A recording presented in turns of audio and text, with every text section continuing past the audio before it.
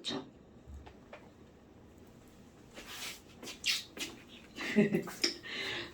자, 미안해, 첫날부터. 자, 제목으로는요, 화학의 언어라고 들어갑니다. 그 화학의 언어가 뭐니? 화학 공부를 하려면 꼭 필요한 어떤 것들이란 뜻이겠죠. 그래서 이제 7쪽에 보면 원소가 나옵니다, 여러분. 뭐야? 우리 원소라는 말이 나오네? 에휴, 지금 여기 원소라는 말은 되게 많이 들어봤단 말이죠. 그럼, 야, 도대체 원소가 뭐야? 이렇게 한다면, 우리 물질이라고 하는 것들을 구성하는 되게 기본적인 것들이 있을 거란 말이야. 그럼 이거를 우리 영어 단어 알파벳으로 생각하잖아요? 내가 오늘, 날씨 너무 좋아. 오다 보니까 출근하기 싫더라고.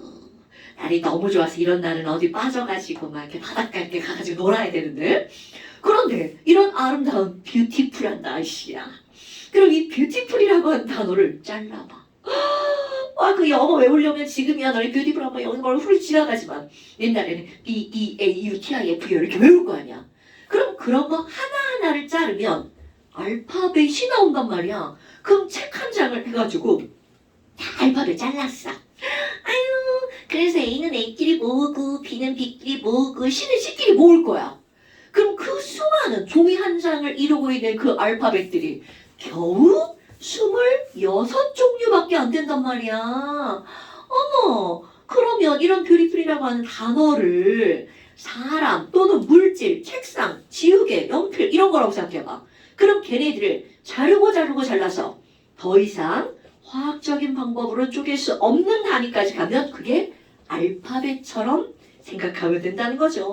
그러니까 물질을 이루고 있는 가장 기본적인 요소를 우리는 뭐라고 하는 거니? 엘리멘트, 원소라고 하는 거죠.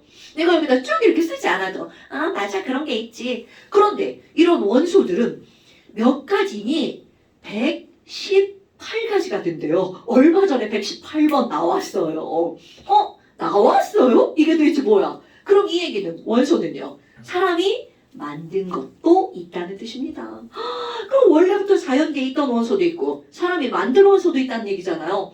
그러면 자연계에 있던 거가 우리 원자 118개 중에 92개. 그게 바로 어떤 거냐면 92번 우라늄까지예요. 우라늄 졸라 나쁜 건데? 원래 자연계에 있던 건가? 맞습니다. 근데 이제 문제는 93번부터는 아니 자연계에 없는 이유가 있겠지. 걔네들은 안 좋으니까 없는 거거든요.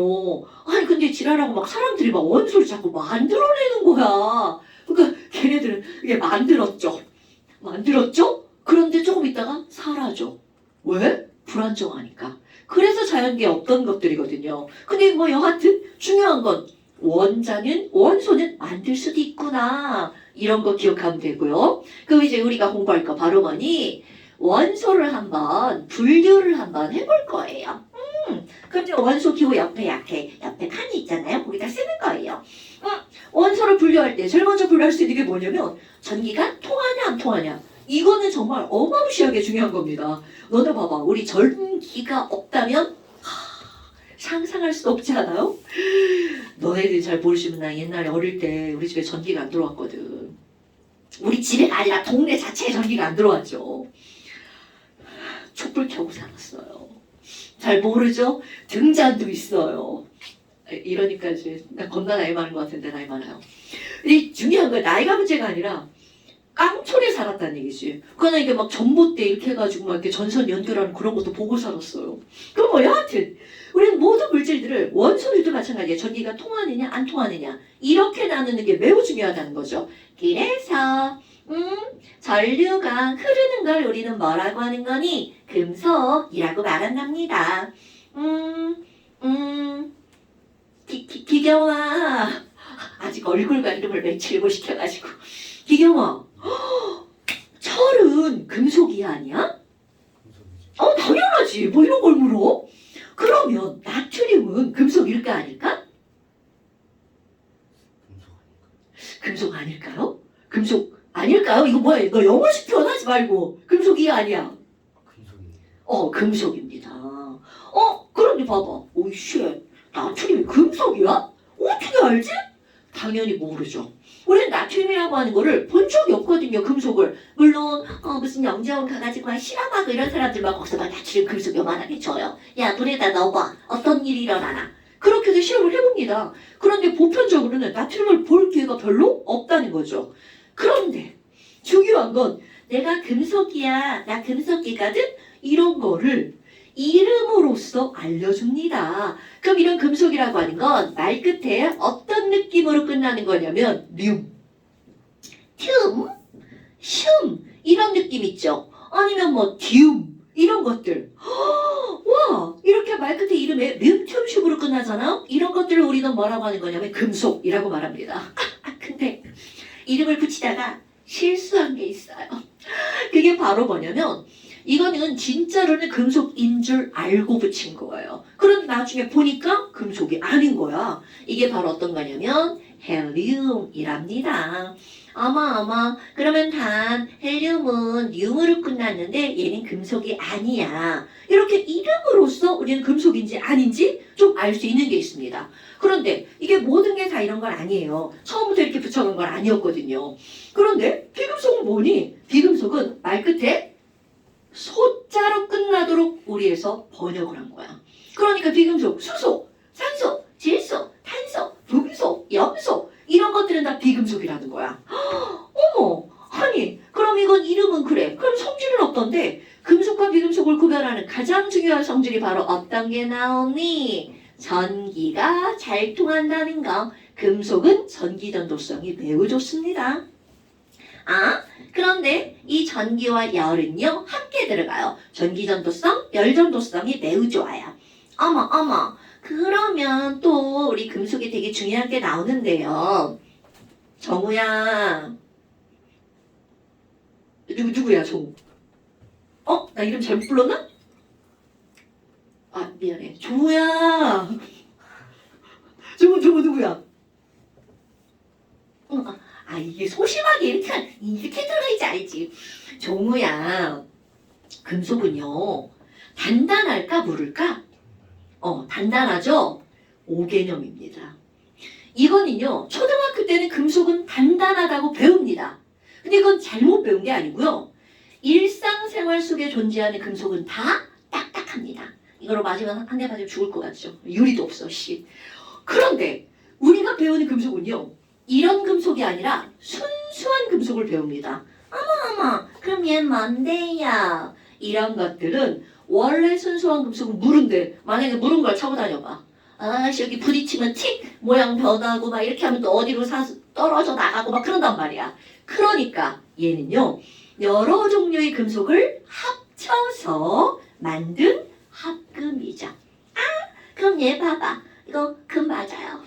그런데 아무리 맞아도 얘는 막 졸라 딱딱하단 말이야. 에휴 그럼 얘는 순수한 금이 아니구나 이렇게 기억하는 거야. 그럼 우리 일상에서 존재하는 건 다 순수한 금속이 아니기 때문에 딱딱한 거. 그런 걸 우리 합금이라고 말을 하죠. 이런 것들은 보통 너네 다 들어봤을걸요? 18K. 들어봤죠? 집에 가면 순수한 금 있어요. 24K. 너네들 막 돌잔치하고 막 백일잔치 할 때 막 사람들 이렇게 선물 주는 반지 있잖아. 그거는 순수한 금이야. 그럼 그 24K는 99.99% 금이라고 합니다. 그럼 얘는요? 75%만 금, 25%는 은. 그럼 여러 가지 금속을 섞잖아? 그렇게 상상하는 거야. 금이 있는데 중간중간에 사이즈가 다른 은이 끼어 들어가는 거야. 그러니까 중간을 채워주니까 딱딱해질 수밖에 없다는 거죠. 그게 합금이에요. 엄마, 그러면 여기에다 내가 뭐라고 쓸 거니? 금속은요, 무르다라고 하는 거 까먹지 마시고요. 그런데 이거 무르기 때문에 나타나는 성질이 있습니다. 이거는 마치 이제 뭐라고 생각하면 되냐면 합금이라고 하는 거는 찰흙을 비교할 건데요. 찰흙을 처음에 문방구에서 딱 사왔어. 찰흙 말랑이다. 물랑하죠. 그럼 이런 것들이 바로 뭐냐면 순수한 금속. 그런데 얘를 막 이상한 모양을 만들어갖고 말렸어.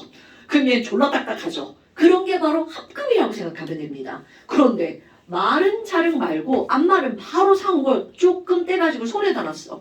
그리고 막 이제 우리 땡글땡글 돌리잖아. 이거 거의 본능 같지 않아요? 찰흙 손에다 놓으면 막 이렇게 돌리는 거? 그럼 이렇게 돌렸어. 동그래지죠. 그럼 그거를 빵빵 때린다고 생각해봐.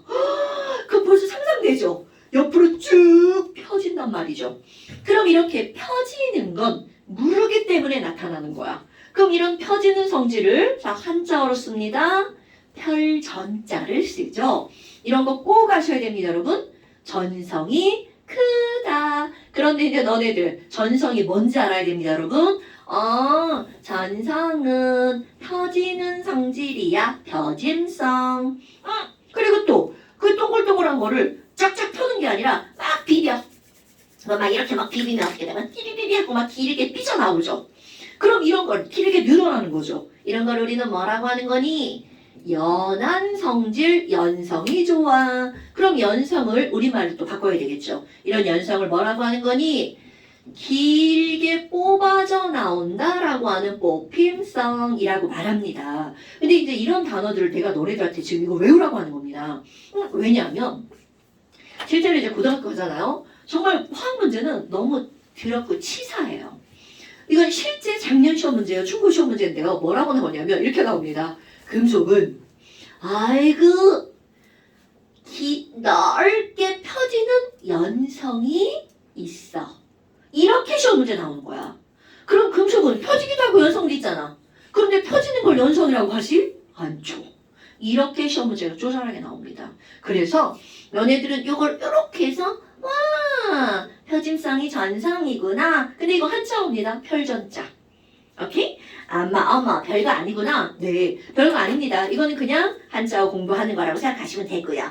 어머 그럼 금속은 열과 전기가 잘 통하고 전성과 연성이 좋아. 이런 게 바로 금속의 성질이죠. 그런데 너네들이 이제 배웠을 것 같으니까 내가 여기다 쓰면요. 다시 한번 또 얘기할 거지만 우리는 분명히 이온이라고 하는 거를 외워본 적이 있었을 거야. 그치. 보자. 유정아. 우리 양이온 이런 거 알아요? 우리 또 다를 거예요. 그럼 양이온은 네가 알고 있는 거 하나만 얘기해봐. 뭐 있어요? H+. 맞아요. 그럼 또 하나 더 얘기해볼까? 자, 중요한 H 밑에 뭐 있어? 굿자. 리튬 플러스. 리튬 밑에 나트륨 있어. 나트륨 플러스.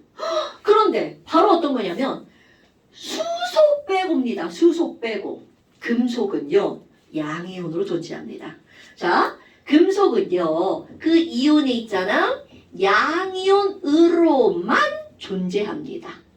뭐야? 거기다가 1 플러스, 2 플러스, 3 플러스. 어머. 모든 1 플러스가 금속이야. 이런 뜻이 아닙니다. 금속은 양이온으로만 존재한다는 뜻이죠. 그러니까 나중에 가잖아.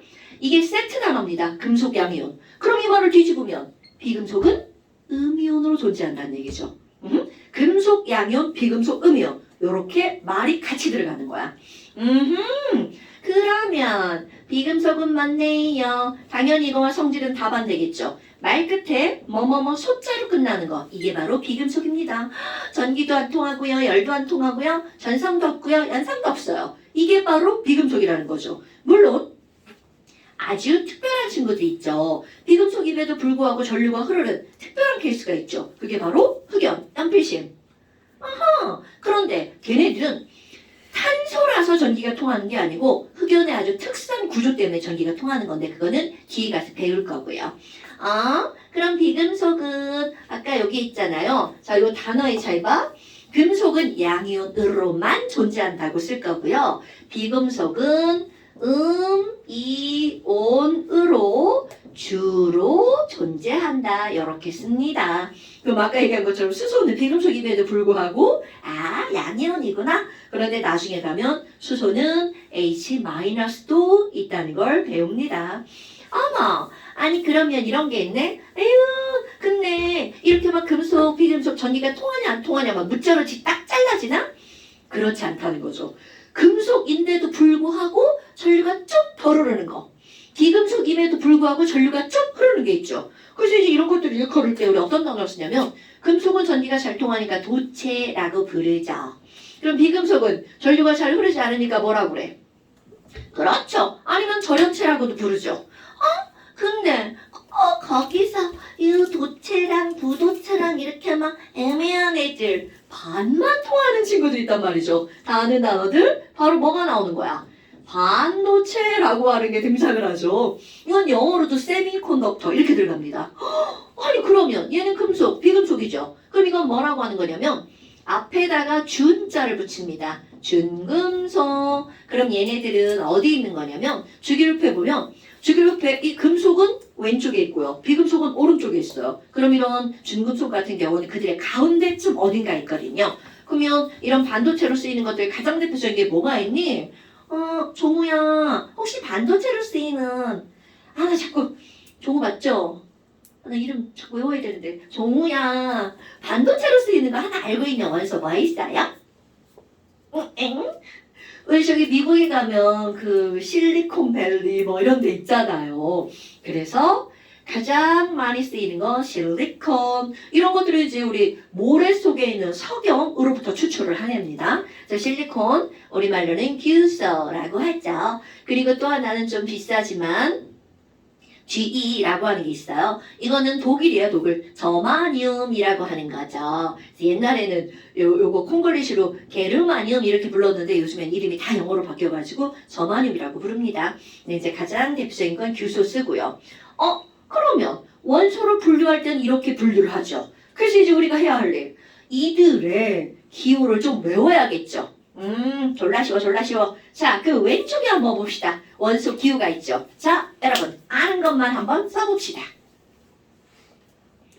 아는 것만 쓰는 거 어차피 틀리면 지워야 되니까.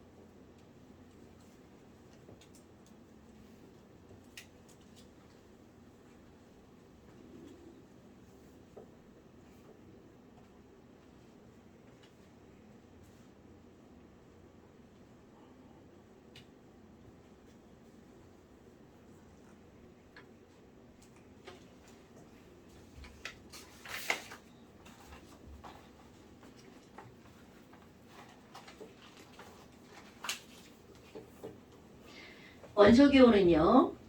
영어가 대부분이고요. 거기에다가 생뚱맞게 들어가는 거. 예를 들어서 철은 영어로 아연인데 막 기호가 F이야. 그런 것들은 그리스어입니다. 거기다 독일어도 좀 있고요. 그러다 보니까 친숙한 것들도 있는 반면 이상한 것들도 있단 말이죠. 자, 한번 볼까요? 여기부터. 되게 쉽게 붙입니다. 기호는. 왜냐면 전 세계적으로 다 써야 되니까. 카드뮴이잖아요. 그럼 카드. 그래서 카드뮴은 카드 CD. 크로뮴, 크로. 그러니까 CR. 루비듐, 루비잖아요. 그러니까 RB.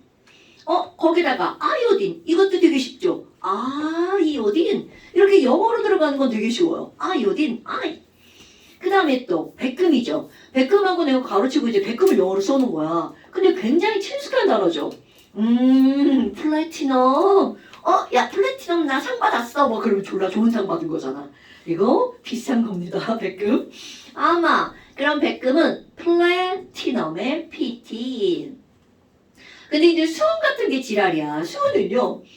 우리는 머큐리잖아 영어로는. 그런데 얘는 그리스어예요. 그러니까 그거하고 전혀 상관없는 단어들이 나오는 거야. 그래서 수는 HG 이렇게 씁니다.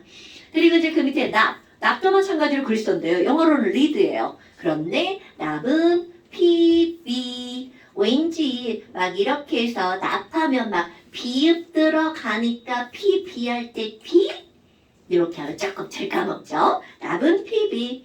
그 다음에 브로미는 영어 그대로 들어갑니다. 브로니까 BR. 아연도 그 옆에 영어 징크 있죠. 징크에 ZN 들어가고요. 그 다음에 주석은 그리스어. 영어로는 tin이에요. 그런데 얘는 SN. 그래서 옛날에 그 오지의 마법사 어릴 때 좀 본 적 있죠. 그 공주 같은 여자애하고 이렇게 깡통 같은 애 이렇게 다니면서 막 그 심장을 찾는다는 거 그러고 돌아다니래. 그때 나오는 그 양철맨 그 깡통 이름이 거기서 틴맨으로 나오죠. 이게 틴이 이제 주석인데 얘네 같은 경우는 철이 이렇게 있으면 철은 녹슬잖아. 얘 녹슬지 말라고 이게 주석으로 코팅한 거. 이게 바로 양철이에요. 그래서 그 친구 이름이 틴맨이에요. 사실 옛날에 몰랐지. 근데 오늘 왜 보다 보니까 우리 딸 영어 거기에 뭐가 나오는 거야. 그래서 야 씨, 얘가 틴맨이구나. 그때 알았죠. 자, 그 다음에 11번의 인 같은 경우는 영어 그대로 들어갑니다. 포스퍼러스. 이런 거 외워두면 좋아요. 아, 그래서 이는 포스퍼러스가 P구나. 황두, 설퍼라서 S고요. 염소도 클로린이라서 CL이고요. 염소 모르면 큰일 나요. 아르곤은 영어 그대로 아르에서 AR. 칼슘은 우리 되게 많이 하는 거죠. 야, 우리 키 크려면 칼슘 많이 먹어야 돼. 그래서 CA, 칼슘. 그 다음에 칼륨 이렇게 나오는데요. 칼륨은 K. 근데 이게 옆에 보니까 포타슘이라고 써있죠. 이건 뭐냐면 칼륨이 그리스어인데요. 미국 애들이 미국말로 바꾼 거야. 포타슘. 그러니까 영어로는 포타슘이고 우리는 그리스어를 그대로 하는 거야. 우리말로 안 바꿨어요. 이건 칼륨. 그 다음에 또 세슘은요. 세슘. 그래서 CS. 이거 바꿨으면 안 돼? 바꿨으면 SC인데 이거는 원자번호 21번 스칸디움이라고 하는 원소예요. 그 다음에 18번 스트론튬. 이거 ST라고 쓰시면 안 됩니다. 스트론튬 SR. 그 다음에 또 은이다. 은 같은 경우도 영어로는 실버인데 지랄하고 은은 AG잖아요. 그래서 내가 이거 은이지 AG 헷갈리지 마시라고요. 그 다음에 금인데요. 금이에요. 금이에요. 뭐 이런 거죠. 말도 안 되죠. 너네 다 외웠는데. 이건 이제 내가 아는 그리스어. 금은 이제 AURREM이라고 해서 오럼이라고 그리스어를 합니다. 근데 이제 영어는 골드라서 완전히 다른 느낌이죠. 실버고 이거 아젠다라고 하는 영어 단어고요. 아니, 그리스어고요. 그 다음에 이제 21번에 보면 구리가 나오죠. 구리는 쿠퍼, CU. 그 다음에 니켈도 쉽다. NI. 우리 이제 콩글리시 니켈이죠. 니클 이렇게 말을 그 다음에 코발트는 코코, CO. 자, 우리 이거 쓸 때 앞자는 대문자죠. 그런데 두 번째 글자는 소문자입니다. 이거 보통은 안 헷갈리는데요. 코발트 쓸 때 잘 쓰셔야 됩니다, 여러분. 이게 CO 쓰면 코발트인데 C와 O를 대문자로 쓰면 일산화탄소가 됩니다. 산소와 탄소가 되죠. 그래서 이거 구별하셔야 되고요. 그 다음에 망가니즈, Mn. 옛날에 우리가 학교 다닐 때는 엄마들도 마찬가지인데요. 망간이라고 배웠어요. 나 예전에 망간이 한글인 줄 알았잖아. 그랬더니 대학 갔더니 지랄하고 망가니즈야. 영어더라고. 그래서 망가니즈 Mn. 그 다음에 FE다. 이건 영어는 아이언이지만 이것도 그리스어로 FERRUM, 페럼이라고 하는 단어입니다. 그래서 네, 우스갯소리로 야 철로 패 그러면 졸라 아프겠죠. 맞으면 아파요. 그 다음에 바리움, 바바바바. 그래서 BA. 규소는 영어로 실리콘이죠. 그래서 실리콘의 SI. 알루미늄도 AL, 아래 AL이고요. 마그예요. 마그. 그래서 마그네슘은 Mg. 나트륨도 나의 NA죠. 거기도 그 옆에 보니까 소디움이라고 써있죠. 이것도 미국 애들은 나트륨이라고 부르지 않고 소디움이라고 부릅니다. 걔네들 이제 번역을 해버린 거죠. 우리는 그냥 쓰는 거고요. 그 다음 31번에 네온이죠. 네온, N이. 그 다음에 불소는 플로린 그래서 F고요. 헬륨은 He. 그래서 이런 불소 같은 경우는 나중에 우리 이제 보통 이제 F니까 플로린 이렇게 기억하는데 내가 가끔씩 막 이게 한글로 불소라고 얘기를 하거든요. 플로린이 불소예요? 막 이런 거 하는 보이시는 친구들이 있습니다. 근데 이런 거 같은 경우는 우리 불소하면 치약 뭐 이렇게 얘기하잖아요. 이제 충치 예방을 할 수 있는 그런 물질이 이제 불소라고 하죠. 그 다음에 헬륨은 헬륨 풍선 뭐 이런 것들 많이 들어봤을 거고요. 인체에 무해한 친구죠. 헬륨 하면 너네들이 알고 있는 건 야 헬륨 마시면 목소리가 이상해져 뭐 이런 것도 있잖아요. 가끔 친구들이 나보고 헬륨 마신 목소리라고 하는데 이 헬륨을 마시면 목소리가 이상해지는 건 중학교 1학년 2학기 과정에 나오죠. 파동에서 나옵니다. 내 목소리가 헬륨 같은 목소리가 나오는 이유는 내가 말이 빨라서 그렇죠. 그럼 이 얘기는 뭐냐면 헬륨은 수소 다음으로 우리가 알고 있는 기체 중에 두 번째 가벼운 기체거든요. 그런데 헬륨을 딱 마시면 헬륨은 인체에는 무해합니다. 당연히 마셨으니까 말할 때 빠져나오겠죠. 근데 가벼우니까 성대를 빠져나오는 속도가 겁나 빠른 거야. 그러면 우리 성대 이렇게 막 이렇게 하면서 말이 되는 거 알잖아요. 움직이면서. 근데 빨리 빠져나오니까 성대에 있는 뭐라고 하냐면 얘네들이 막 진동을 겁나 빠르게 합니다. 진동수가 커지죠. 그러면 고음이 나오죠. 그럼 이제 막 이게 남자애들 막 성대를 이렇게 졸라 굵어가지고 막 넓으니까 천천히 빠져나오죠. 보통 말을 할 때. 그래서 저음이 나오는 겁니다. 그러니까 고음과 저음의 가장 큰 차이점은 빠르냐 느리냐. 그래서 성대를 빨리 치냐 진동수 크면 고음 낮으면 저음 이렇게 나오죠. 그러니까 보통 이제 헬륨 마시면 얘 빠르니까 고음이 나오지만 아르곤 같은 거 마시잖아요. 그러면 저음이 나옵니다. 여자들은 이제 겁나 저음으로 바뀌는 거죠. 그 다음에 또 이제 어디까지 있냐? 몇 번까지 있냐? 헬륨 33번, 34번. 와, 그 옆에 산소, 옥시전 이렇게 써있죠. 옥시전에 그 다음에 질소는 나이트로젠에 N, 탄소는 카본에 C. 이런 건 영어 단어까지 기억하는 거야. 수소는 하이드로진에 H, 붕소는 보론의 B. 이거는 굉장히 안 친숙하죠. 근데 많이 나옵니다. 그 다음에 리튬은 Li, 그래서 리튬. 베릴륨도 베베베베, Be. 그 다음에 우라늄은 원자번호 92번, U. 이렇게 씁니다. 자연계상에 존재하는 마지막 원소, U. 이거는 이제 원소 기호니까 당연히 다 알아야 되고요. 다음 시간에 이거 그대로 이제 시험을 볼 거고요. 그 다음에 이제 육족 한번 봅시다. 와, 육지구이 보니까 어디서 막 되게 많이 봤던 그런 표 하나가 확 등장을 해버리죠. 거기 핑크색으로 칠해진 부분이 외울 건데요. 사실 가운데 있는 쭉 10칸이거든요.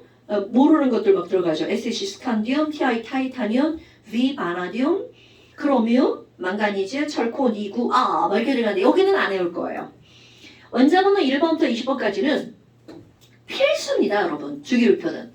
와, 그러면 주기율표가 이렇게 나왔는데요.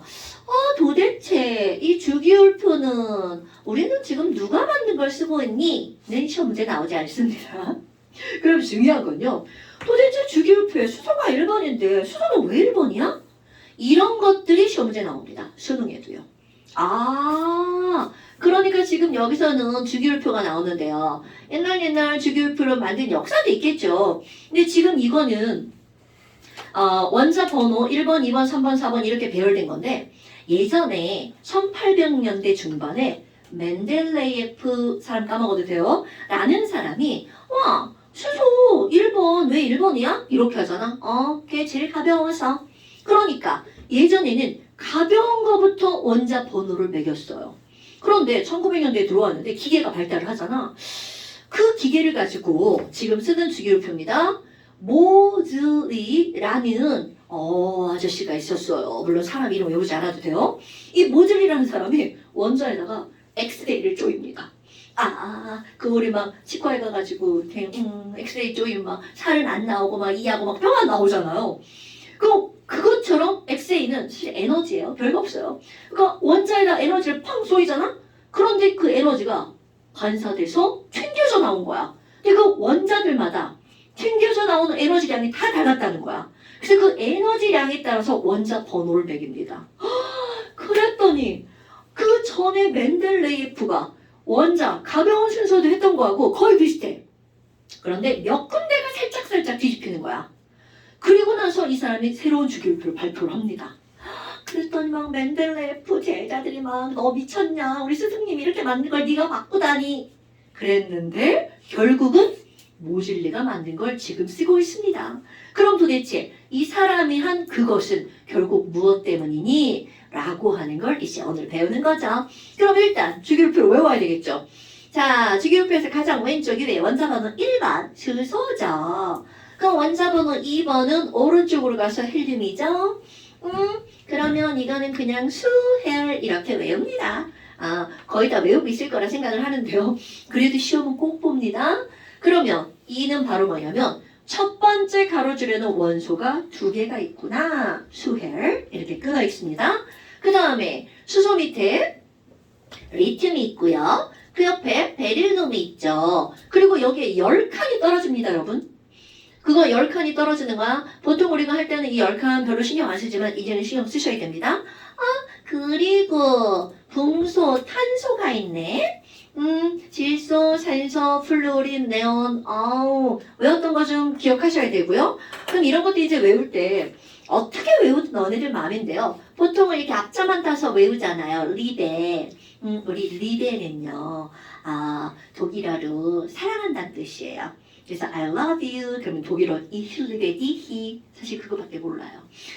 이 리베는 물론 철자 좀 달라요. 그래도 리베는 진짜 사랑한다는 뜻입니다. 그러면 여기서 그런 얘기가 왜 나오냐고요?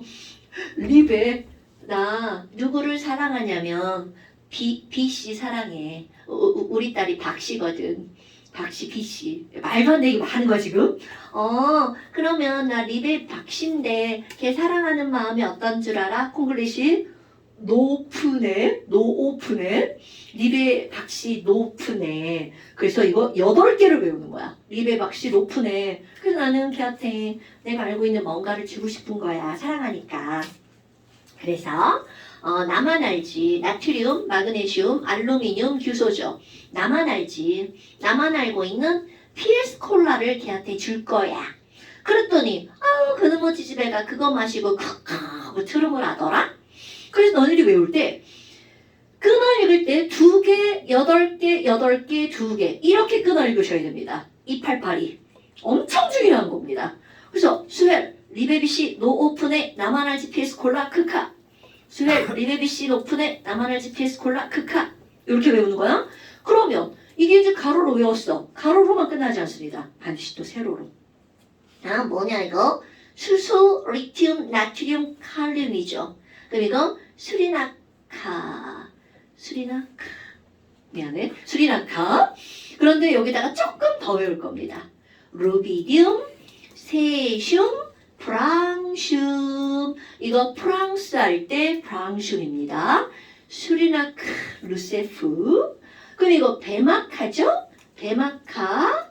밑에도 스트론튬 바륨 이거 라디움 우리 키리 아줌마랑 관계 있는 거. 베마카스바라. 그럼 욕 같죠? 베마카스바라. 수리나카 로세프 베마카스바라.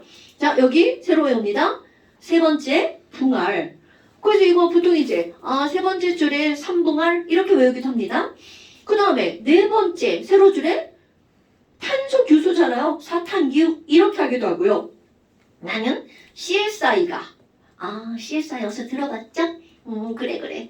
CSI가 얘는 이렇게 아래 위로 올릴게요. CSI가 인지를 잡았어. 그랬더니 CSI 인질 잡고 뭐라 그래? yes. 그랬더니 그 인질들 졸라 빡치잖아. 그러니까 FCL 이거 쓰는 건 다 외우는 거예요. BRI거든요. 퍽시브랄. 그래서 CSI가 인지를 잡았어. yes. 퍽시브랄. 그래도 어떻게 CSI는 나 이런 모든 일들을 해내야 해. 붕알 CSI가 인지를 잡았어. 퍽시브랄. OS 빼먹었다. OS 퍽시브랄 해내야. 내가 이렇게 하는 이유는요. 중학교 때는 1번부터 20번까지 그냥 외우는 데 초점을 둔단 말이야. 그런데 고등학교 때는 가로, 세로에 뭐가 있는지가 엄청 중요합니다. 같은 세로줄에 이거 뭐 퍽시브랄 했어. 니네 이제 욕 같으니까 막 웃잖아요. 근데 그게 뭐가 있는지를 아는 게 중요한 거야. 이것도 뭐 OS 되게 쉽잖아요. OS. 인질. 인과 질소가 같은 세로주에 있구나. CSI. 풍알. 에네야. 그다음에 여기도 난 7개를 외우라고 하는 거야. 왜냐하면 주기율표가 실제로 7줄이거든요. 그래서 수리나카 루세프. 근데 실제로 시험에 나오는 건 여기까지예요. 수리나카 베마카. 그래도 난 다 외우라고 합니다. 수리나카 루세프 베마카 스바라. 또 한 번 해봐요. 풍알 속을 하는 거야. CSI가 인지를 잡았어. OES flexible을 해내야. 이거 안 까먹을 거예요, 여러분. 같은 세로줄 엄청 중요합니다. 가로줄도 마찬가지야. 2개, 8개, 8개, 2개. 자, 이렇게 주기율표가 나오는데 그래서 뭐 아니 수소 왜 1번인지 알려준다며 왜 안 알려줘? 자, 이거를 알려면 바로 뭐가 들어가는 거니? 원자의 구조를 좀 알아야 됩니다. 와, 선빈아. 대답 안 해, 씨. 선빈아. 네. 우리 원자 어떻게 생겼다고 알고 있어요? 원자는요? 원자핵하고 전자. 그렇죠, 맞아요. 원자핵하고 전자로 이루어져 있죠. 그래서 내가 여기다 원자라고 그려봅니다. 야, 원자는 동그래. 근데 중심에 있잖아. 그 원자 핵이 있다더라? 근데 유정아 저거 점 찍은 거 보여? 다행이다. 뭐야, 선생님 원자 핵 있다니 저 따위로 점만 찍어놓고 저게 뭐냐? 자, 이거는요. 느끼라는 뜻이에요. 뭐야, 원자 자체가 이만한데 핵이 어마한 거야? 네, 맞습니다. 이거는 마치 너네 학교 운동장을 상상해 보세요. 운동장은 원자. 그리고 마당 가운데 가가지고 모래 하나를 막 잘 찾아가지고 주워봐요. 문정주황 이상한 걸 초록색 깔아가지고 막 모래가 없더만. 모래 하나 찾아가지고 이렇게 들고 있어봐요. 너 핵이구나. 그럼 이 얘기는 원자 전체에 비해서 핵의 부피는 엄청나게 작다는 거죠. 자, 이거를 머릿속에 염두에 두고 있어야 됩니다, 여러분. 어머, 근데 이렇게 그려놓으면 공부하기 지랄 같잖아. 그러니까 사람들이 어떻게 하는 거야? 에흐 하고 이렇게 핵을 큼지막하게 그리죠. 사실은 크지 않습니다. 운동장의 모래알 사이즈. 어머, 그럼 여기 원자 핵이 있군요. 그럼 원자 핵 안에는 뭐가 들어있니? 플러스를 띄는 입자가 요렇게럼 들어가 있죠. 그럼 플러스를 띄는 입자니까 플러스는 양성이라고 하잖아요. 양성을 띄는 입자가 있구나. 양성자. 근데 양성자끼리 졸라 싫어해. 막 얘네 둘이 막 싸우고 있는 거야. 그러니까 누군가가 막죠. 야씨 싸우지 마. 싸우지 마. 누군가 싸움을 말립니다. 얘는 전기를 띠고 있지 않아요. 그래서 이렇게 전기를 띠고 있지 않으니까 중성인 입자 이런 걸 뭐라고 하는 거야? 중성자. 그러면 요네 두 개가 핵 안에 들어있구나? 네. 그리고 바깥쪽에 전자가 이렇게 있죠. 또 전자를 이렇게 멈춰서 이렇게 그리지 않죠. 왜냐면 얘는 플러스고 전자는 마이너스잖아. 그럼 이게 멈춰 있잖아요. 그럼 끌어당깁니다. 확. 그럼 결국은 얘가 빨려 들어갈 수밖에 없죠. 그럼 이걸 빨려 들어가지 않게 하려면 얘는 어떻게 해줘야 돼? 빙글빙글 돈다라고 표현을 하죠. 이게 가장 기본적인 원자 모형입니다, 여러분. 그럼 이제 나중에 가잖아? 원자 모형들이 어떻게 발달되었는지 옛날에 사실 뭐 아는 게 별로 없었잖아. 그러니까 원자는 요래요래 생겼을 것이야. 실험을 통해서 좀 얘기를 합니다. 그럼 이거는 그 중간쯤 어디에 있는 아주 단순한 모형이라는 거죠. 하지만 대부분의 우리 친구들은 원자 모형을 이렇게 알고 있죠. 어머. 그럼 전자가 여기서 또 이렇게 막 빙글 돌고 있는 거야? 전자가 있구나. 그런데 딱 봐도 전자를 마이너스라고 그리잖아요. 그럼 이들의 뭐를 알아야 되니? 전하. 전하는 전기란 얘기입니다. 그럼 전하의 종류는 플러스, 없음, 마이너스. 당연히 알고 있죠. 반드시 기억해야 됩니다, 여러분은. 그런데 거기다가 전하량, 양성자 하나가 갖는 전하량은 얼마야? 라는 숫자로 쓸 겁니다. 외우지 않아도 돼요. 그럼 내가 여기다가 양성자 하나의 전하량이 얼마야? 1.6 곱하기 10의 마이너스 19제곱 쿨롱이라고 읽어줍니다. 까먹어도 됩니다. 그런데 이 까먹어도 되는 숫자를 왜 굳이 쓰니? 라고 하잖아요. 자, 여기 쓰는 숫자랑 여기 쓰는 숫자랑 비교를 해보는 겁니다. 뭐야? 똑같잖아. 네, 똑같은 걸 알아야 된다는 거죠. 그럼 이 말은 무슨 말이니? 양성자 하나랑 전자 하나는요. 전하의 량은 똑같아요. 그런데 하나는 플러스, 하나는 마이너스야. 그럼 이 얘기는 결국 무슨 얘기야? 양성자 개수랑 전자 개수가 똑같다면 전기적으로 중성이라는 얘기죠. 오케이? 그런데 오늘의 핫 포인트. 모든 원자라고 불리우는 입자는 중성입니다. 오케이? 문제에서 절대로 알려주지 않습니다. 원자는 중성입니다. 그럼 이 얘기는 너네들의 머릿속에는 야, 모든 원자는 걔가 갖고 있는 양성자 개수랑 그 친구가 갖고 있는 전자수가 같아야만 하는구나. 이게 당위성입니다, 여러분. 어머. 원자는요, 양성자수와 전자수가 똑같습니다. 이거 오늘의 핫 포인트입니다. 어려운 거 알잖아. 네. 중요한 건 어렵다는 뜻이 아니에요. 꼭 알아야 되는 내용이라는 거죠. 아, 그래? 그럼 이들의 질량은 어떤데요? 헐, 뭐 원자의 질량을 따지겠다고? 헐, 우리 원자 졸라 가벼운 거 알죠? 분자도 가벼워요. 그런데 심지어 원자를 구성하고 있는 양성자, 중성자, 전자의 질량을 따지겠대. 그럼 예를 들어서 양성자 하나는 진짜 질량이 얼마니? 대략적으로 6분의 1 곱하기 10의 마이너스 23제곱그램 됩니다. 이 숫자 봐봐. 마이너스 23제곱그램 0.00000000 이렇게? 헐, 그냥 가볍네. 이거잖아요. 그러니까 우리의 입장에서 보면 뭐야, 너도 졸라 가볍고 너도 졸라 가볍고 너도 졸라 가볍잖아. 그럼 다 가벼워. 이렇게 하고 나잖아? 그런데 쟤네들끼리는 무슨 소리야. 우리끼리 차이 졸라 많이 나. 니네 우리 기억해줘야 되거든? 지네들끼리는 차이가 난다는 거죠. 우리가 볼 땐 다 그놈인데. 그래서 진짜 질량이 아니라 우리는 뭘 기억하는 거니? 질량의 비율을 기억한답니다. 그럼 여기서 누가 제일 가볍지? 바로 딱 보잖아요? 움직이는 놈. 바람이 불었죠.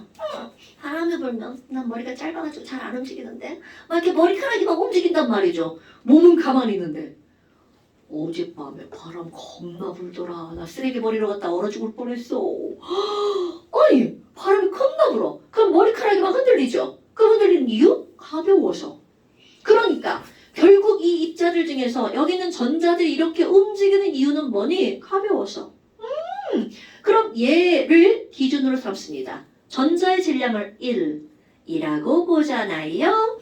그러면 얘네들이 우리끼리 차이 많이 나! 라고 하는 이유. 양성자 하나는 전자보다 1836배가 무겁습니다. 그러니까 야, 내가 전자가 생각해봐.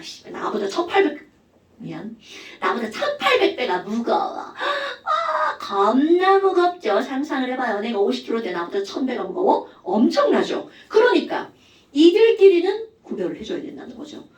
그럼 중성자는요. 1838배가 무겁습니다.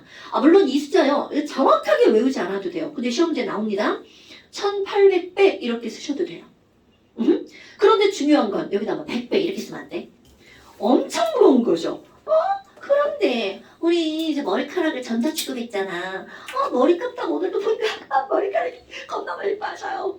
그럼 머리카락이 빠져가지고 좀 가벼워졌나? 그리고 저울에 올라가. 가벼워진 게 느껴지나요? 절대로 안 느껴지죠. 즉 무슨 말이니? 이런 전자라고 하는 건요. 굉장히 중요한 입자지만 질량의 측면에서는 이 친구들을 무시해 줍니다. 그러니까 얘는 있으나 없으나 별반 차이가 없다는 거죠. 질량 측면에서.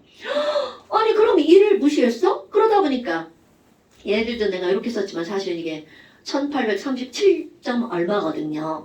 어머. 그러면 얘네 이 차이 나는데 에이구 이거 질량 차이도 무시해야겠네. 얘를 무시했으니까 오케이. 자, 또 오늘의 포인트 두 번째입니다. 그래서 우리는요.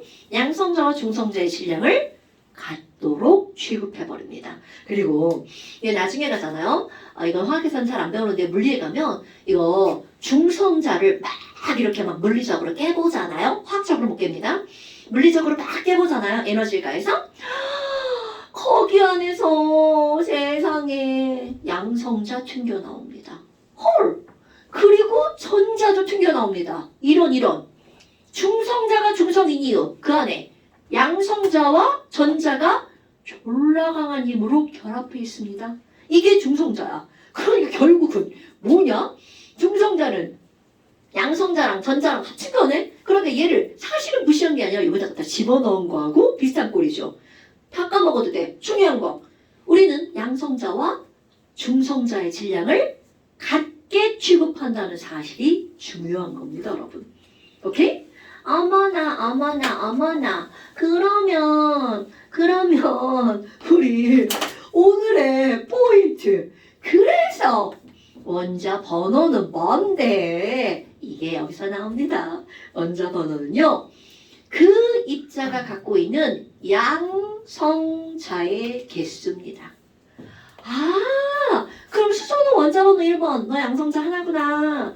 야, 여기 네온 원자 번호 2개 8개니까 네온은 10번이겠죠? 어이구야. 네온은 그럼 양성자가 몇 개라는 거야? 10개구만. 그런데 여기서 또 하나. 모든 원자는 중성이라고 했잖아요. 그럼 네온은 원자 번호가 10번이야. 양성자가 10개죠? 전자도 몇 개라는 거야? 10개라는 게 중요한 사실입니다. 화학은 전자를 다루는 학문입니다. 어머. 그러면 두 번째 뭐가 나오냐면 이 원자들의 질량을 비교하는데요. 진짜 질량 비교하지 않습니다. 내가 여기다가 숫자를 붙일 거야. 헐, 질량수? 왜? 이게 바로 뭐냐면 무거운 양성자의 개수랑 무거운 중성자의 개수를 더하게 할 겁니다. 그런데 우리 좀 아까 양성자, 중성자라고 해봐요. 그럼 분명히 모양은 다르게 생겼죠. 그런데 이 친구와 이 친구의 질량이 똑같대. 그럼 이 얘기는 무슨 얘기냐면 질량이 똑같다는 말은 이들의 개수가 2배면 양성자, 중성자 상관없이 그들 합한 개수가 2배면 토탈 질량도 몇 배란 뜻이야. 대답. 니네들 질량이 다 똑같아. 그럼 여기는 2명이고 여기는 5명이야. 그럼 5명의 질량이 2명의 질량의 몇 배라는 거야? 2.5배라는 얘기죠. 거기 어떤 조건이 들어가? 질량이 다 똑같으면 이라는 조건이 들어가죠. 그럼 아까 질량이 같으니까 질량의 숫자는 그 원자가 갖고 있는 양성자의 개수에다가 중성자의 개수를 어떻게 준 거야? 더하게 해준 거죠. 그럼 이 더하게 한 숫자가 2배면 진짜 질량도 몇 배라는 뜻? 2배라는 뜻이죠. 그래서 질량수가 매우 중요한 의미를 갖는 겁니다. 어머, 그럼 쟤 봐봐. 얘 보니까 양성자 2개 그려져 있다. 그러니까 얘는 원자 번호 몇 번이라는 뜻? 대답 안 해. 자, 여기 양성자 2개 그려져 있죠. 그 양성자가 2개니까 저 친구 원자 번호 몇 번이라는 뜻이야? 그럼요. 너 헬륨이구나. 이렇게 나옵니다. 그러지? 얘 소속을 표시하는데요. 전 세계 공통 약속. 왼쪽 아래에다가 조그맣게 이자를 쓰잖아요. 나 2번 이라는 뜻입니다. 그러니까 난 양성자도 2개, 전자도 2개라는 뜻입니다. 그러면 너 원자 번호구나. 그러니까 너 양성자 2개겠구나. 이게 딱 나와야 됩니다. 그러면 왼쪽 위에 이렇게 4자를 쓰잖아요. 이것이 바로 뭐를 의미하는 거니? 질량수를 의미하는 거예요. 헐! 밑에서 너 양성자 2개라면 그럼 넌 중성자도 2개겠구나? 이렇게 이들의 어떤 기호를 보고 그들의 개수 파악을 할 줄 알아야 됩니다. 이건 수능에 나오는 겁니다. 어려운 거 아니죠? 그런데 중요하다는 뜻이죠. 그러면 저 숫자를 보고 너 양성자 2개고 중성자도 2개고 전자도 2개구나? 이런 걸 파악해야 되잖아요. 한번 시켜볼까요? 자, 탄소는요 6번이고 12라고 쓰여져 있습니다. 이정아, 자 탄소 양성자 몇 개? 중성자? 전자? 뭐야? 왜 다 똑같지? 자, 똑같은 거 또 하나 해볼까요? 질소 7번에 14. 종수야. 자, 질소 양성자 몇 개? 중성자 몇 개? 전자 몇 개? 왜 다 똑같지? 아니, 내 생각에 그냥 다 똑같은 거 아닌가요? 노노노. 일부러 지금 똑같은 것만 하고 있는 겁니다. 그러면 산소는 8번이고요. 16의 질량수를 가지고 있답니다. 선빈아. 예, 자, 양성자 몇 개입니까? 중성자는요? 그렇지. 전자는요? 여덟. 와, 진짜 다 똑같은 것만 하고 있네? 자, 그런데 아닌 것도 한번 해볼까요? 알루미늄은 원자 번호가 13번이고 얘는 질량수 27의 질량수를 갖고 있습니다. 지민아. 자, 얘는 양성자 몇 개? 13개. 13개. 지민이? 네. 잠시 이름. 아, 나 진짜.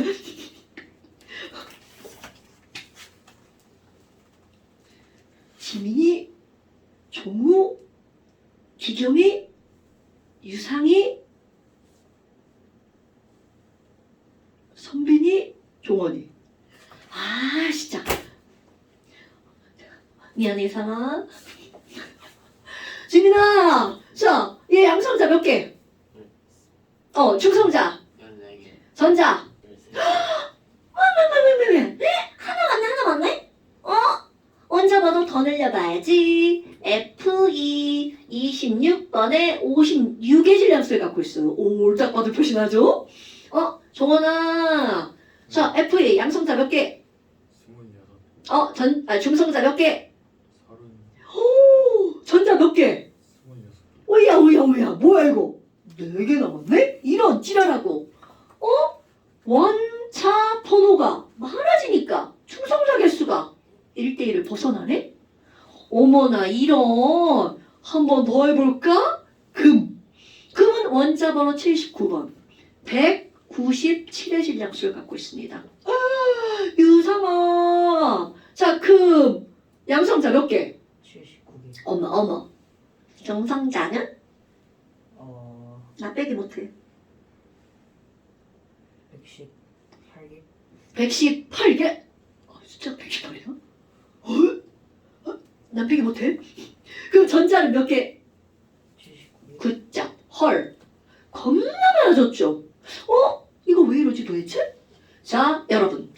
아까 우리 이거 얘기할 때 양성자와 양성자는 싫어해. 그러니까 중간에 중성자가 끼어서 야니 싸우면 안 돼. 싸움을 말려주죠. 그럼 이렇게 싸우는 애들이 적어 2명, 3명, 4명, 5명, 6명, 7명이야. 그러면 같은 개수의 친구들이 말려도 싸움이 말려집니다. 그런데 싸우는 친구들이 많아지잖아요. 그때는 말리는 친구들이 훨씬 더 많아져야 된다는 뜻입니다, 여러분. 그럼 아까 얘기한 오라늄 92번 있잖아, 얘. 그럼 92번 235의 질량수를 갖고 있어요. 자, 기겸아, 이 친구 양성자 몇 개? 92. 중성자?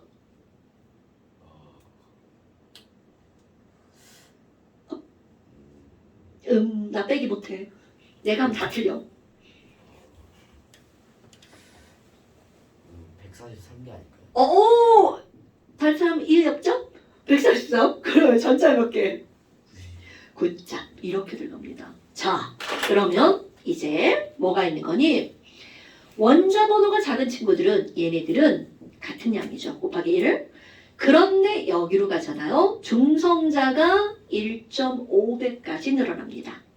그럼 얘네들은 1.5배까지 늘어났다는 건 상당히 불안정하다는 뜻이죠. 그 안에서 지금 매우 반발을 하고 있다는 뜻입니다. 뭐야? 그러면 이런 선생님 수소는 1번인데요. 얘 양성자 하나잖아요. 싸우는 친구가 있어 없어? 없네. 그러면 싸움을 말릴 필요도 없죠. 자, 중요한 거.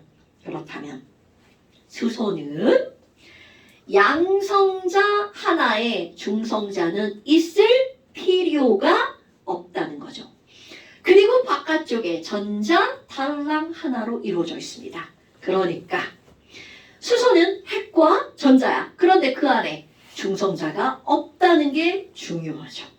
오케이? 그러니까 모든 원자는 양성자와 중성자와 전자를 가지고 있다는 틀린 말이 되는 거죠. 됐나요? 자, 잠시 쉬었다가 합시다. 얘는 일시정지. 조금만 쉽시다. 그 다음에 이제 뭐가 나오냐면 수소는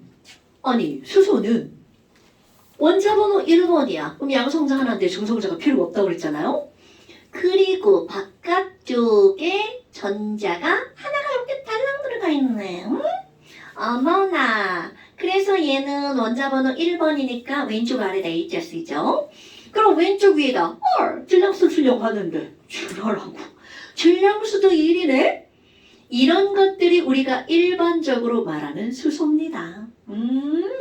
그런데 중성자가 있을 필요는 없지만 있으면 안 되나? 있어도 상관이 없겠죠. 그래서 양성자 옆에 중성자랑 이렇게 붙어 있어요. 이런 수소도 있답니다. 물론 전자도 하나가 이렇게 있겠죠. 와, 그럼 뭐야? 얘는 원자 번호는 1번인데 질량수가 2가 되겠죠. 그럼 이거는 일반적인 수소보다 2배가 무겁죠. 그래서 이런 친구들을 무거울 중자 중수소라고 부른답니다. 말 되죠? 그래서 얘네들을요, 우리 수소를 기호를 그냥 H로 쓰잖아요. 그런데 중수소를 물론 H 기호가 맞습니다. 그런데 이 화학하는 사람들이 얘를 야, 2배 무거워 더블 그래서 D라고 쓰기도 합니다. 이거는 어떤 거냐면 우리 물 하면 H2O라고 쓰잖아요. 그런데 어떤 사람들이 D2O 이렇게 써요. 그래서 뭐야 이거 원소기호에 D가 있나 그런 걸 찾아보면 없죠. 그럼 이게 바로 뭐냐면 질량수 2짜리 중수소로 이루어진 물이구나. 그러면 얘는 뭐 특별하게 따로 있는 것 같지만 사실은 그렇지 않아. 우리 물을 마시잖아. 물이네. 여기에는요. 잘못 마셨어. 여기에는요. 이렇게 생긴 수소로 이루어진 물과 이렇게 생긴 수소로 이루어진 물이 섞여 있습니다. 그런데 얘가 자연계상에 99.98% 존재합니다. 거의 다 얘네. 그런데 화학에서는 이 친구도 있다는 걸 알아야 된다는 거죠. 그러면 여기 하나 더 붙으면 안 되나요? 뭐 안 될 것까지 있겠어요. 이렇게 중성자 2개 붙어 있는 거 있습니다. 어머나? 그러면 얘도 수소인가요? 당근이죠. 수소는 수소입니다. 왜? 어차피 우리는 원자 번호는 양성자 수로 따지는 거니까.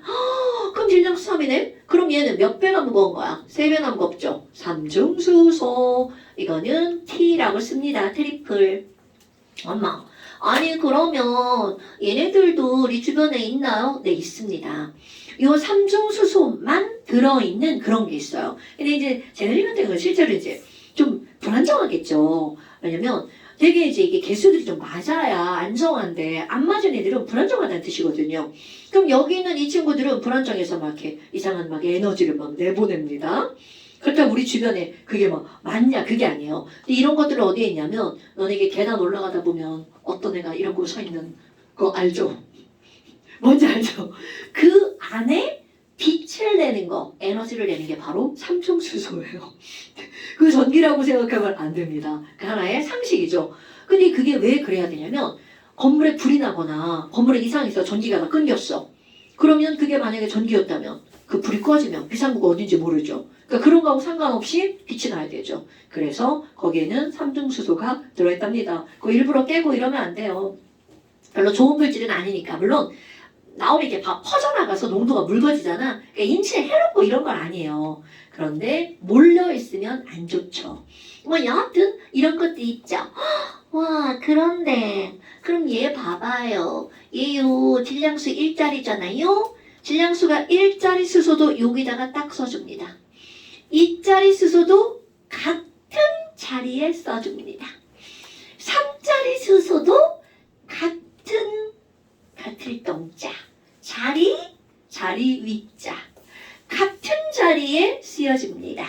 그래서 이렇게 주기율표의 같은 자리에 쓰여지는 원소를 우리는 동위원소라고 말한답니다. 와, 그럼 동위원소가 뭔지 정확하게 말로 알아야 되겠죠. 바로 이런 게 동위원소야. 그럼 이런 게 뭔데? 그대로 표현하는 거야? 그거요. 원자 번호 똑같아요. 그런데 질량이 다르네요. 이런 게 동위원소입니다. 그러니까 누군가가 야 동위원소가 뭐야? 걔 있잖아. 걔 같은 데 다른 거. 이러지 말고 거기다가 뭐는 같은데 뭐는 다르니 정확하게 친구한테 말해줄 수 있어야 되겠죠.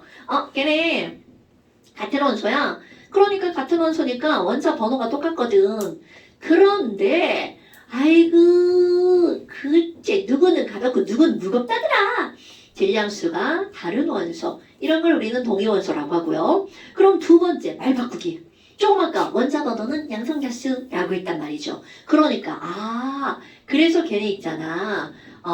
양성자수는 같거든. 그런데 질량수가 달랐죠. 그럼 질량수는 양성자 더하기 중성자였잖아요. 그러면 질량수가 달라진 이유는 중성자 수가 다르기 때문이지. 그러니까 결국은 이런 입자들 이렇게 봤어. 야, 동위원소 뭐야? 걔네 중성자가 다른 애들이야. 이렇게 말로 표현해주면 되겠죠. 그런데 여기다가 또 하나. 이거는 중학교 때는 이런 건 아예 다루지 않을 건데요. 고등학교 과정에서 엄청 중요하게 시험에 많이 나옵니다. 양성자 수가 같다는 거는 아까 우리 양성자는 전자기수랑 똑같아 말을 했잖아요.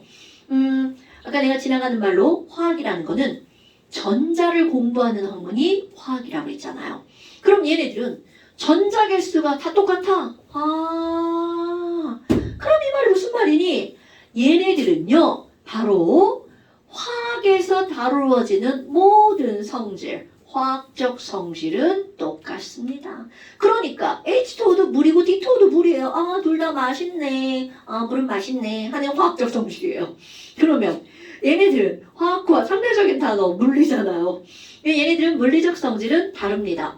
그럼 이렇게 써놓으면 대체 물리적 성질은 뭐고 화학적 성질은 뭐지? 이거 사실 쉬운 건 아니에요. 근데 이제 물리적 성질은 뭐라고 생각하면 되냐면 숫자로 표현하는 성질들이 물리적 성질이에요. 그러니까 예를 들어서 물 하면 물에 끓는 점 유정아 물에 끓는 점 몇 도씨예요? 그런 거 물리적 성질입니다. 우리가 화학에서 배우니까 막 이런 게 뭐 화학적 성질 같은데 숫자로 표현하는 건 물리적 성질. 물의 밀도는 1g/세제곱센티미터야. 그런 것도 물리적 성질입니다. 절대로 시험에 화학적 성질과 물리적 성질을 구별하세요. 이런 건 안 나옵니다. 이런 거 예전에 중학교 과정에 좀 나왔었는데 요즘에는 나오나 모르겠네. 중학교 과정 수업을 안 해가지고 이제 뭐가 나오는지 잘 모르겠어요. 여하튼 그렇습니다. 그러면 화학적 성질이 뭐야? 말로 표현하는 거. 물은 맛있어. 말도 안 되지. 염소기체 있잖아. 이건 진짜 쟤 흡입하면 죽어. 이런 게 화학적 성질입니다. 수소 폭발하잖아. 이런 게 화학적 성질입니다. 결국 그런 거지만 우리는 그런 걸 구별하는 거는 중요하지 않아요. 그럼 너네들이 중요한 단어. 동위원소는 화학적 성질이 똑같아. 왜? 전자개수가 똑같아서. 오케이? 그러면 수소만 동위원소가 있나요? No. 모든 원소는 동위원소를 가지고 있답니다. 하나만 더 해볼까요? 염소 있습니다.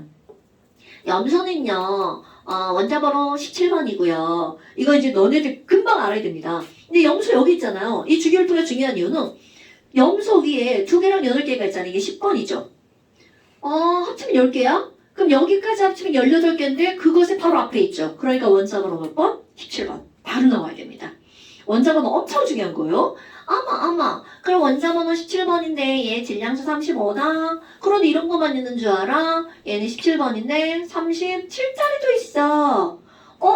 탄소도요. 아까 6번인데 12 이렇게 말했잖아요. 그런데 얘는 6번인데 13짜리도 있답니다. 근데 이거 얘기할 때 얘는요, 요것만 맨날 얘기합니다. 근데 그 이유는 뭐냐면 자연계상에 이게 99% 존재합니다.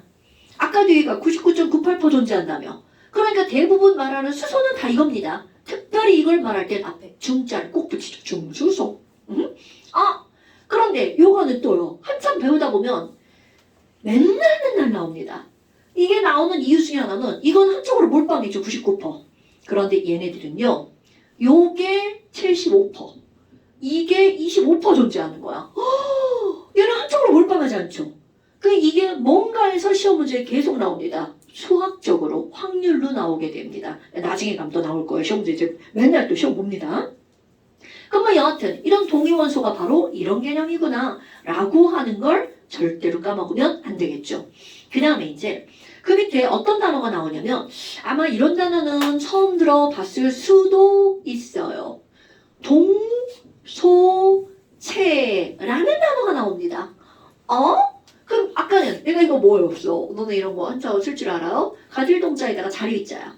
주기율표에 같은 자리에 들어가는 애. 이게 동의원소야. 그럼 이거는 동소체라고 하는 건 뭐냐면 가딜동자. 원소가 같은 원소로 이루어진 물질이라는 뜻입니다. 뭐야 이게? 같은 원소. 그런데 걔는 몇 종류냐면 한 종류의 원소입니다. 한 종류의 같은 원소로 이루어진 서로 다른 물질. 이런 게 뭐가 있니? 너네들 알고 있는 거. 다이아몬드. 선빈아, 다이아몬드는 뭘로 이루어져 있자요? 오, 그죠? 흑연, 연필신 뭘로 이루어져 있어요? 그럼요. 그러면 흑연과 다이아몬드는 같은 원소로 이루어진 관계죠. 흑연과 다이아몬드는 탄소의 동소체야. 이렇게 말한답니다. 아이고. 오늘은 탄소의 동소체를 다 설명. 지금 정확한 시간 몇 시예요? 핸드폰. 시계들이 막 자꾸 지멋대로 돌아다녀가지고. 16분. 16분 좋아요. 그러니까 탄소의 동소체까지는 못 가겠네요. 그럼 오늘은 뭘 좀 한번 해볼 거냐면 산소로만 이루어진 동소체입니다. 그럼 떠오르는 거 있나요, 여러분? 산소의 동소체. O 2개로 이루어진 애 있잖아요. O2. 그럼 O2를 우리가 부를 때 뭐라고 불러? 산소라고 부르죠. 그럼 여기는 이 O2는요, O원자 2개가 이렇게 배열되어 있습니다. 얘 OO구나. 그런데 이거와 뭐가 들어가는 거니? O원자 3개로 이루어진 거죠. O원자 3개니까 더 좋나? 이렇게 흡입하면 죽을 수도 있습니다. 그러면 결국 얘는 뭐라고 부르냐면 오존이라고 부르죠. 어디서 되게 많이 들어봤잖아요. 오존층. 중1 1학기 과정이 나오는 거군요. 상층권에는 오존층이 있어. 오존층은 좋은 거야. 이렇게 배우죠. 그런데 오존의 두 얼굴. 얘는요. 우리 인체와 직접적으로 접촉하지 않을 때는 자외선을 차단해주죠. 되게 좋아요. 그런데 문제는 이 새끼는 인체하고 접촉하잖아요. 즉 대륙권에 우리가 살고 있는 대륙권에 오존이 막 만들어지잖아.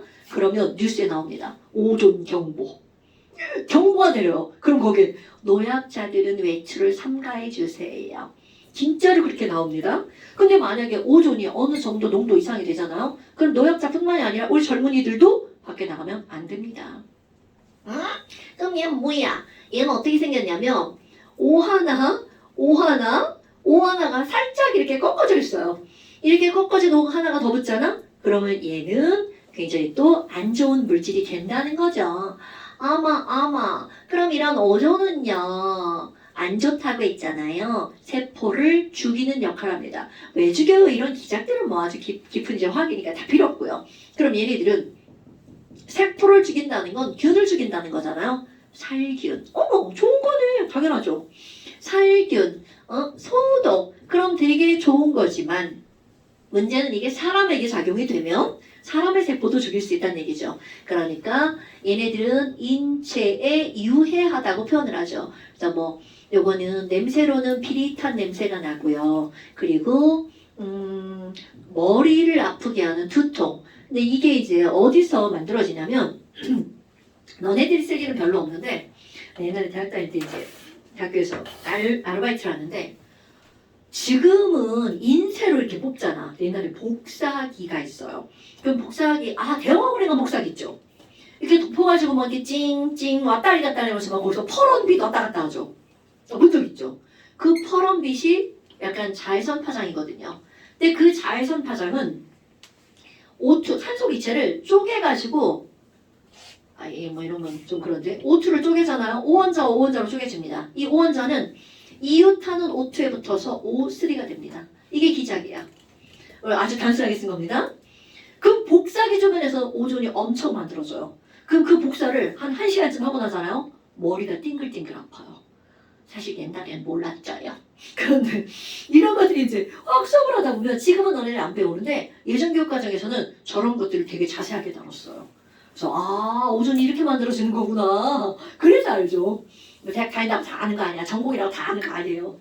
이제 그런 것들을 가르쳐봐야 좀 이제 좀 알죠. 뭐 여하튼 이런 것들은 이런 역할들을 한답니다. 그런데 대류권에 있을 때는 얘가 자외선을 차단하는 역할을 한대. 그러면 똑같은 산소여도 두 개냐 세 개냐에 따라 완벽하게 성질이 달라진다는 거죠. 오케이? 우리 O 이런 걸 쓰잖아요. O 원자. 이거는 실제로는 존재하지 않는 겁니다. 쟤는 기호일 뿐이에요. 아까 이렇게 내가 썼잖아요. 쪼개져서. 이건 아주 잠시, 순간만 존재하는 겁니다. 다른 물질과 결합하죠. 그러니까 이렇게 존재한다면 실제로 대기 중에 이런 게 존재한다면 우리한테 엄청나게 해롭겠죠. 산소 원자, 질소 원자 상태로는 존재하지 않아요. 그러니까 너네들이 한 번쯤 외워봤겠지만 야 산소는 O가 아니라 O2야. 공기 중에 떠돌아다니는 질소도 N이 아니라 N2야. 수소도 H2죠. 그런 것들이 원자 혼자만으로 존재했을 때 매우 불안정하다는 뜻이죠. 근데 원자 혼자만으로 존재했을 때 안정한 것들이 바로 해내합니다. 그래서 얘네들이 되게 중요한 거야. 같은 줄 해내야. 오케이? 자, 오늘 여기까지 하고요. 다음 시간에는 여기에 2번 탄소 동소체 할체라고 꼭 얘기하셔야 돼요. 나도 안 하고 그냥 지나갑니다. 탄소 동소체. 얘는 설명이 좀 길어집니다. 자, 오늘 여기까지 할 거고요. 유튜브 오늘은 내가 뒷수업이 오늘 없으니까 뒤에 바로 올릴 거고요. 우리 저 희재화학 유튜브는요. 구독자가 300명인데 동영상이 1000개가 넘어요. 꼭 구독도 하시고요. 좋아요도 눌러주시고요. 아이 진짜 애들이 막 놀랐어. 어떻게 동영상이 1000개인데 구독자가 300명밖에 안 되냐고. 자, 꼭 써서 찍어서 보내시고요 여러분. 그리고 시험 볼 거니까 외우시고요. 오케이. 자, 고생하셨습니다. 네, 안녕히 가세요. 네.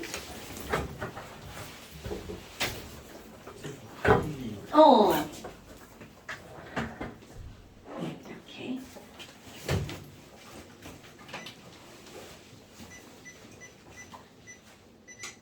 주머니. 멀리서 앞으로 힘들지? 괜찮아요. 어.